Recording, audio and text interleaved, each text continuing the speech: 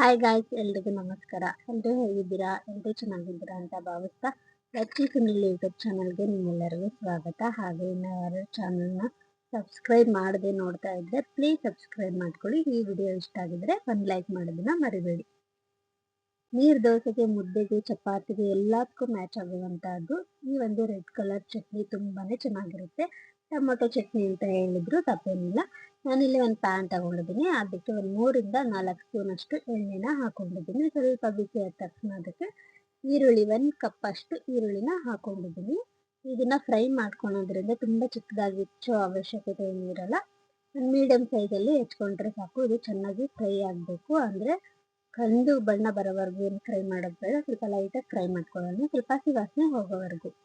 ಇದಕ್ಕೆ ಕಲರ್ ಬರುವಂತಹ ಬ್ಯಾಡಗಿ ಮೆಣಸಿನ್ಕಾಯಿನ ಹಾಕೊಂಡಿದ್ದೀನಿ. ಇದು ಕಲರ್ ಇರುತ್ತೆ, ಖಾರ ತುಂಬಾ ಇರಲ್ಲ, ಸ್ವಲ್ಪ ಲೈಟಾಗಿ ಇರುತ್ತೆ.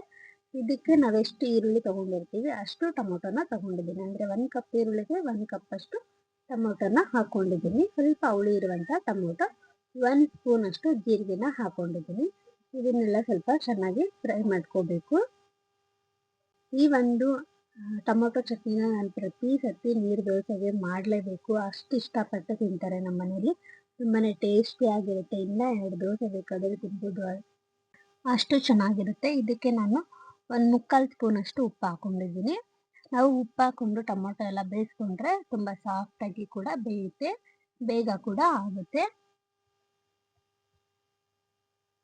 ಇವಾಗ ನಾನು ಇದನ್ನ ತಟ್ಟೆ ಮುಚ್ಚಿ ಇನ್ನೂ 1-2 ನಿಮಿಷ ಬೇಯಿಸ್ಕೊತೀನಿ. ಟೊಮೊಟೊ ಸ್ವಲ್ಪ ಗಟ್ಟಿ ಇರೋದ್ರಿಂದ, ಕೆಂಪಗಿತ್ತು ಬಟ್ಟಗೆ ಸ್ವಲ್ಪ ಗಟ್ಟಿ ಇರೋದ್ರಿಂದ ಸ್ವಲ್ಪ ಬೇಗ ಬೇಯಲ್ಲ ಅಂತ ಉಪ್ಪು ಹಾಕೊಂಡು ಬೇಯಿಸ್ಕೊಂಡಿದ್ದೀನಿ. ಇವಾಗ ಇದೆಲ್ಲ ಫ್ರೈ ಮಾಡ್ಕೊಂಡಿರೋದು ಸಾಕು.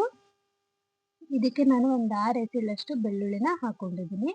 4-5 ಕರಿಬೇವಿನ ಸೊಪ್ಪಿನ ಎಲೆ ಹಾಕೊಂಡಿದ್ದೀನಿ. 1 ಇಂಚಷ್ಟು ಹುಣಸೆ ಹಣ್ಣು ಹಾಕೊಂಡಿದ್ದೀನಿ. ಖಾರಕ್ಕೆ ನೋಡ್ಕೊಂಡು ಖಾರದ ಪುಡಿನ ಹಾಕೊಂಡಿದ್ದೀನಿ. ಈಗ ಗ್ಯಾಸ್ ಆಫ್ ಮಾಡಿದ್ಮೇಲೆ ಇದನ್ನೆಲ್ಲ ಫ್ರೈ ಮಾಡ್ಕೋಬೇಕು. ಒಂದ್ಸತಿ 1-2 ರೌಂಡ್ ಈ ತರ ತಿರುಗಿಸ್ಕೊಂಡ್ರೆ ಸಾಕಾಗುತ್ತೆ. ಯಾಕಂದ್ರೆ ಖಾರದ ಪುಡಿ ಹಾಕಿದ್ಮೇಲೆ ಅದು ದಾಟಿ ಬರುತ್ತೆ. ಹಾಗಾಗಿ ನಾನು ಗ್ಯಾಸ್ ಆಫ್ ಮಾಡ್ಕೊಂಡ್ಮೇಲೆ ಇದನ್ನ ಒಂದ್ಸತಿ 1-2 ರೌಂಡ್ ತಿರುಗಿಸ್ಕೊಂಡಿದ್ದೀನಿ. ಇದಕ್ಕೆ 1/4 ಕಟ್ಟಷ್ಟು ಕೊತ್ತಂಬರಿ ಸೊಪ್ಪನ್ನ ಹಾಕೊಂಡಿದ್ದೀನಿ. ಇದನ್ನೆಲ್ಲ ಸ್ವಲ್ಪ ತಣ್ಣಗಾದ್ಮೇಲೆ ಮಿಕ್ಸಿ ಜಾರಿಗೆ ಹಾಕೊಂಡು ನುಣ್ಣಗಾಗೋವರೆಗೂ ರುಬ್ಕೋಬಾರ್ದು, ತೆರೆಯಾಗಿ ರುಬ್ಕೊಂಡ್ರೆ ಸಾಕಾಗುತ್ತೆ. ನೋಡಿ, ನಾನು ತೋರಿಸ್ತೀನಿ ಇಲ್ಲಿ. ಈ ತರ ಜಸ್ಟ್ ನೀವು ಮಿಕ್ಸಿ ಬಟ್ಲಿಗೆ ಹಾಕಿದ ತಕ್ಷಣ ಅದು ಜಸ್ಟ್ 1 ರೌಂಡ್ ಹಿಂಗ್ ಹಾಕಿ ಹಿಂಗ್ ತಿರುಗಿಸ್ಬಿಡಿ ಸಾಕು. ನೋಡಿ, ಟೊಮೊಟೊ ಎಲ್ಲ ಸಾಫ್ಟ್ ಆಗಿ ಬೆಂದಿರೋದ್ರಿಂದ ತುಂಬಾ ನುಣ್ಣಗೆ ಮಾಡ್ಕೋಬಾರ್ದು. ಈ ತರ ಇದ್ರೇನೆ ಸೂಪರ್ ಆಗಿರುತ್ತೆ. ಇದಕ್ಕೆ ಲೈಟ್ ಆಗಿ ಒಂದು ಒಗ್ಗರಣೆನ ಕೊಡೋಣ.